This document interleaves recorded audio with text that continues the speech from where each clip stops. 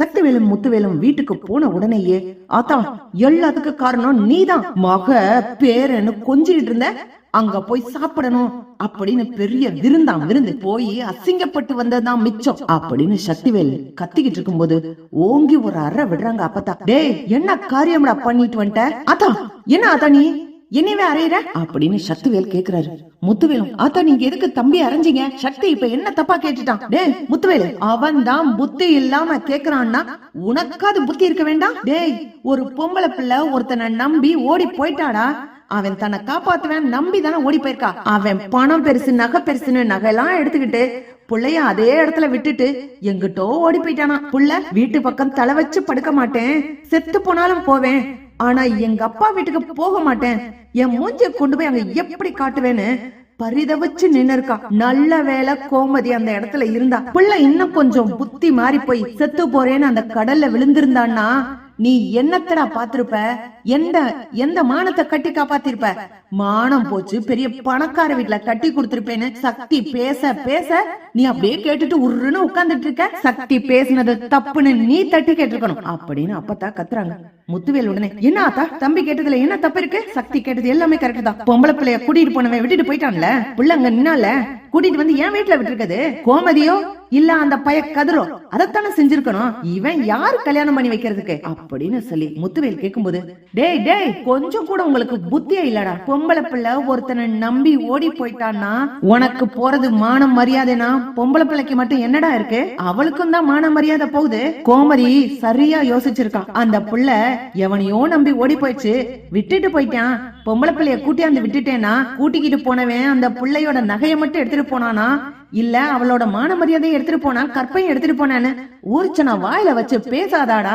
ஏன்டா நீ அதை யோசிக்கல? இன்னைக்கு உன் மக ஓடி போயிட்டா, எதிரி வீட்டு பயல கட்டிக்கிட்டா, அப்படி தானடா ஊரு பேசுது. ஆனா உன் மக கண்ணுக்கு முன்னாடி உசுரோட நல்லா இருக்கா. அதுவும் கோமதி வீட்டுல கோமதி மையம் அவளை தங்க மாதிரி தாங்கி பாத்துக்கிறேன். நீயும் உன் தம்பியும் சொன்ன மாதிரி கோமதியோ கோமதி மைனோ உன் மகளை அப்படியே கொண்டு வந்து விட்டுருந்தா ஊர்ச்சனம் என்னென்ன பேசும். என்ன கூட்டிக்கிட்டு போனவன் 2 நாள் கூட வச்சிருந்துட்டு விட்டுட்டு ஓடி போயிட்டான், இன்னும் 6 மாசத்துல வளகாப்ப பண்ணுவியா அப்படின்னு கேப்பானே. நீ யாருக்கு என்னடா பதில் சொல்லுவ? எந்த மாப்பிள்ளையாடா கூட்டிட்டு வந்து கட்டி வைப்ப? என்னமோ நீங்க கூட்டிட்டு வந்த மாப்பிள்ளைக்கு சொத்தை கொடுத்து நகைய கொடுத்து தாலி கட்டுன்னு சொன்னவன கட்டிடுவானா? தாலி கட்டிடுவான். அதுக்கப்புறம் அந்த பிள்ளைக்கு வாழ்க்கை ஒழுங்கா இருக்குமாடா? கோமதி எங்க அண்ணன் பொண்ணு நல்லவ, பாவம்டா, தாலி கட்டுன்னு சொன்னவன கதிர் தாலி கட்டிட்டான். இதே நீ சொன்ன மாதிரி பணத்தை கொடுத்து ஒருத்தனை தாலி கட்ட சொன்னா அவன் என்னென்ன கேள்வி கேட்பான் அந்த பிள்ளைய. அந்த பிள்ளைக்கு வாழ்க்கை நரகமா போகாது? ஒவ்வொரு நாளும் ஒவ்வொரு நிமிஷமும் அவன் பாக்குற பார்வையும் அவன் கேக்குற கேள்வியும் அந்த பிள்ளை உசுரோட வாழுமாடா? என்னடா புத்தி இல்லாம பேசுறீங்க? டே சக்திவேலு, நீ என்னத்துக்குடா அந்த வீட்டுக்கு விருந்துக்கு வந்த? உன் புத்தி என்னன்னு எனக்கு நல்லா தெளிவா புரிஞ்சிருச்சு. பழனி சொன்ன, ஆனா நீ பழனிய மட்டம் தட்டி பேசாதேன்னு அதட்டிட்ட.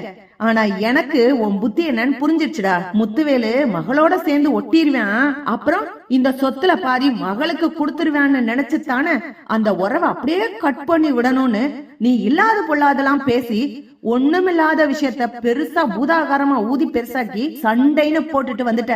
முத்துவேலும் நீ சொன்னதான் சரின்னு நம்பிக்கிட்டு உன் பின்னாடியே கைய புடிச்சுக்கிட்டு வந்துட்டேன். டேய் உன் மான மரியாதைய காப்பாத்தினவங்க அவங்களுக்கு உன் சொத்து ஒண்ணும் பெருசு இல்லடா. உன் சொத்தை முழுசா கொடுத்து அவங்க கால்ல கொட்டி கும்பிட்டு விழுந்தா கூட அது தகாதுடா. அவங்க மனசு இந்த சொத்தை விட பெருசு. உன் பிள்ளையோட மானத்தை மட்டும் இல்ல உன் மானமும் கெட்டு போயிடக்கூடாது. எங்க அண்ணன் தலை குனிஞ்சு நிக்க வேணாம் அப்படின்னு நினைச்சு உன் பிள்ளைக்கு கல்யாணம் பண்ணி கூட்டிட்டு வந்தா பாரு, அவதான்டா என் பொண்ணு. அவதான் ஒசந்தவ. அவ யோசிச்சதுதான் கரெக்ட். பாவம் கோமதி ஆசாசியா நம்மள விருந்துக்கு கூப்பிட்டா, ஆக்கி வச்சிருந்தா. வீட்டுக்குள்ள கலகத்தை மூட்டி சாப்பிடாம வந்துட்ட. கோமதி அவ புருஷன்ட்ட சொல்லிட்டு உன் பொண்ணுக்கு கல்யாணம் பண்ணி வச்சாலோ இல்ல சொல்லாம கல்யாணம் பண்ணி வச்சாலோ நடு சபையில வச்சு எல்லாரையும் அசிங்கப்படுத்துறோம்னு நினைப்புல கோமதியையும் மாட்டி விட்டுட்டு வந்துட்ட. இத்தனை நாளு கோமதியும் கோமதி மாப்பிள்ளையும் சந்தோஷமா வாழ்ந்தாங்கன்னா அவங்களுக்கு உள்ள இருக்க நம்பிக்கை, என் அண்ணன் பொண்ணு அசிங்கப்படக்கூடாதுன்னு தான் பையனை தாலி கட்ட சொன்னேன் அப்படின்னு கோமதி அவங்க வீட்டுக்காரர் சொன்னாலோ இல்லையோ தெரியல. இன்னைக்கு கோமதிய மாட்டி விட்டீங்க. கோமதி வீட்டுக்காரரு கோமதிய என்னன்னு புரிஞ்சுக்குவாரு. எனக்கு துரோகம் பண்ணிட்ட, உங்க அண்ணன் வீடு மட்டும் நல்லா இருக்கணும்னு நினைச்சு அந்த பிள்ளைக்கு மட்டும் நல்லது செஞ்சுட்ட.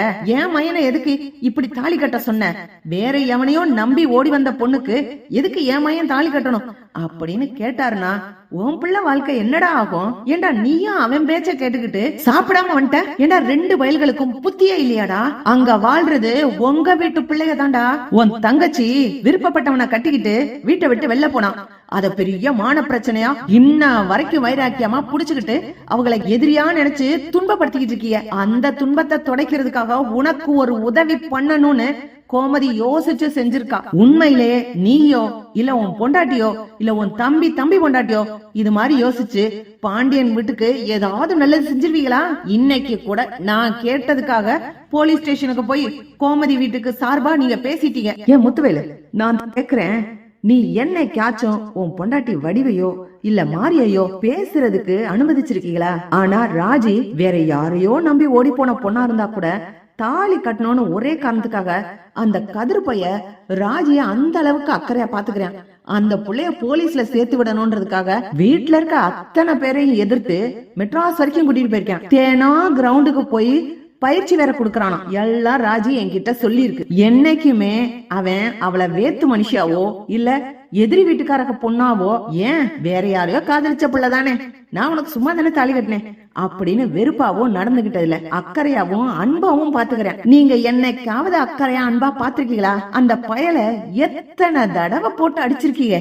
எப்பயாவது வாய திறந்து என்னையா பெருசா புள்ள வளர்த்த, எவனையோ நம்பி ஓடி போயிட்டா அங்க அம்போன்னு நின்னா போனா போதுன்னு வாழ்வு கொடுத்தேன் அப்படின்னு அந்த பிள்ளை வாயை திறந்து சொல்லி உன் மானத்தை வாங்க எம்பிட்டு நேரம் ஆகும்? இன்னைக்கு வாய்விலேயே சக்தி பேசினானே, அம்பட்டுக்கு தலையாட்டிட்டு நீ வந்தீல, நீ தானே வளர்த்த. உன் பிள்ளைய ஏன் ஒழுங்கா வளர்க்கலன்னு ஏன் அந்த வீட்டுல யாருமே உன்னை கேட்கல? ஏன்னா உன்னை அவங்க எல்லாருமே மரியாதை கொடுத்து அன்பா நினைக்கிறாங்க. உங்களுக்கு தாண்டா அந்த குடும்பத்து மேல அன்பும் இல்ல அக்கறையும் இல்ல. சக்தி நான் நினைச்ச மாதிரிதான் அவன் சொல்லிவிட்டான். சொத்து குடுக்கறதுக்காகத்தான் அந்த மாதிரி ஒரு பிரச்சனையே கிளப்பி விட்டுட்டான் அப்படின்னு அப்பதான் சொல்றாங்க. முத்துவேலுக்கு இப்பதான் மண்டையில உரைக்குது. ஆத்தா என்ன சொல்றீங்க நீங்க? நீங்க சொல்ற மாதிரி நான் ஒரு கணம் கூட யோசிச்சு பாக்கலையே. சக்தி சொன்ன மாதிரி தான் நான் யோசிச்சேன். போடா கூமட்ட பயல்களா, பொம்பளை பிள்ளை ஓடி போயிட்டு அப்படியே வெறுமன திரும்பி வந்தா உனக்கும் மரியாதை இருக்காது, அந்த பிள்ளைக்கும் மரியாதை இருக்காது. கோமதி ஏதோ உங்க மானத்தை காப்பாத்த அந்த புள்ள கழுத்துல ஒரு மஞ்சக்கயிறை கட்டி கூட்டிட்டு வந்தா, அத கண்டு உன் பிள்ளை ஓடி போயிருக்கான்ற மட்டும் பேச்சு வந்துச்சு. இல்லைன்னா எவனோ ஒருத்தன் முத்துவேல் மகளை இழுத்துட்டு ஓடினானா, 2 நாள் வச்சிருந்துட்டு அனுப்பி விட்டுட்டானா அப்படின்னு என்னென்ன கதையோ கட்டி விட்டுருவாங்க. அதெல்லாம் உன்னால ஒவ்வொருத்தனையா போய் என் புள்ள நல்லா தான் இருக்கா, அவன் பணத்தையும் நகையும் தான் திருடிக்கிட்டு போனான்னு சொல்லி ஒவ்வொருத்தனையா பார்த்து சொல்லிருவியா நீயே? இன்னைக்கு பேசுவ கோமதி வீட்டுல அவ்வளவு ஜம்பமா உட்கார்ந்து பேசுவ, மத்த எவனாவது இந்த ரோட்ல போற ஒருத்தன்ட்ட நீ பேசிட முடியுமா ஐயா அப்படின்னு அப்பத்தா கேக்குறாங்க. முத்துவேல், மா நான் ரொம்ப பெரிய தப்பு பண்ணிட்டேமா, நீங்க இவ்வளவு தூரம் எடுத்து சொன்னதுக்கு அப்புறம் தான் எனக்கு எல்லா விஷயம் புரியுது. சக்தி சொத்துக்காவா நீ இப்படி சண்டை போட்டுட்ட அப்படின்னு முத்துவேல் சக்திவேலை பார்த்து கேக்குறாரு. அண்ணே ஆத்தா ஏதோ சொல்லுதுன்னு நீங்க என்னென்னமோ கேள்வி என்னைய பார்த்து கேக்குறீங்க. சக்திவேல், நீ அந்த நினைப்புல ஏதாவது பேசி இருந்தீனா என் சொத்தை கூட நீயே எடுத்துக்கோ, ஆனா என் மகளை நல்லா பாத்துக்கிற பாண்டியன் குடும்பம் தான் எனக்கு முக்கியம்.